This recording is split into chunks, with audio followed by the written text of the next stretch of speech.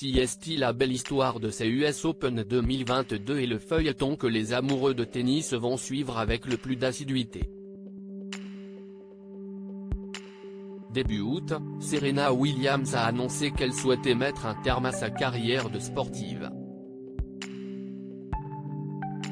À 40 ans et après une vingtaine d'années à dominer le tennis mondial, devenue la meilleure joueuse de tous les temps et l'une des plus grandes athlètes de l'histoire, la sœur devenue Williams a décidé de raccrocher sa raquette. Et quoi de mieux pour terminer en beauté que de finir chez elle, à New York, devant son public dans l'un des tournois les plus prestigieux de la planète et qu'elle a déjà remporté à 6 reprises. Pour son premier match, qui aurait donc pu devenir son dernier, Serena Williams a dominé avec beaucoup de maîtrise Danka Kovinic en 2 sets, devant une foule acquise à sa cause.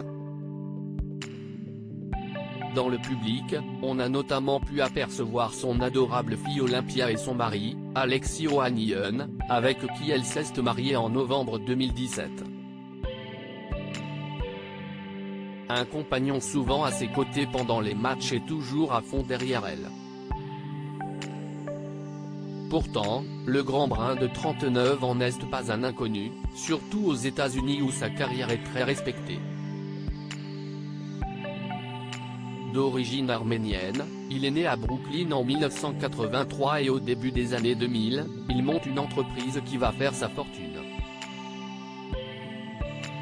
Co-fondateur de Ready et à la tête d'une sacrée fortune avec son partenaire Steve Hoffman, Alexis Ohanian va créer le site Ready, dont le concept est assez simple et qui va vite devenir un véritable phénomène. Sur la plateforme, les utilisateurs peuvent discuter entre eux de toutes sortes de sujets, mais également partager des vidéos ou des photos pour alimenter le débat. Un site qui va connaître une ascension phénoménale et à la fin des années 2000, le mari de Serena Williams décide de revendre ses parts, mais reste néanmoins à la tête du conseil d'administration, avant de claquer la porte il y a 2 ans. Depuis, il a notamment sorti un livre qui a vite été un best-seller et d'après les informations de Forbes, sa fortune personnelle s'élèverait à quelque 70 millions de dollars.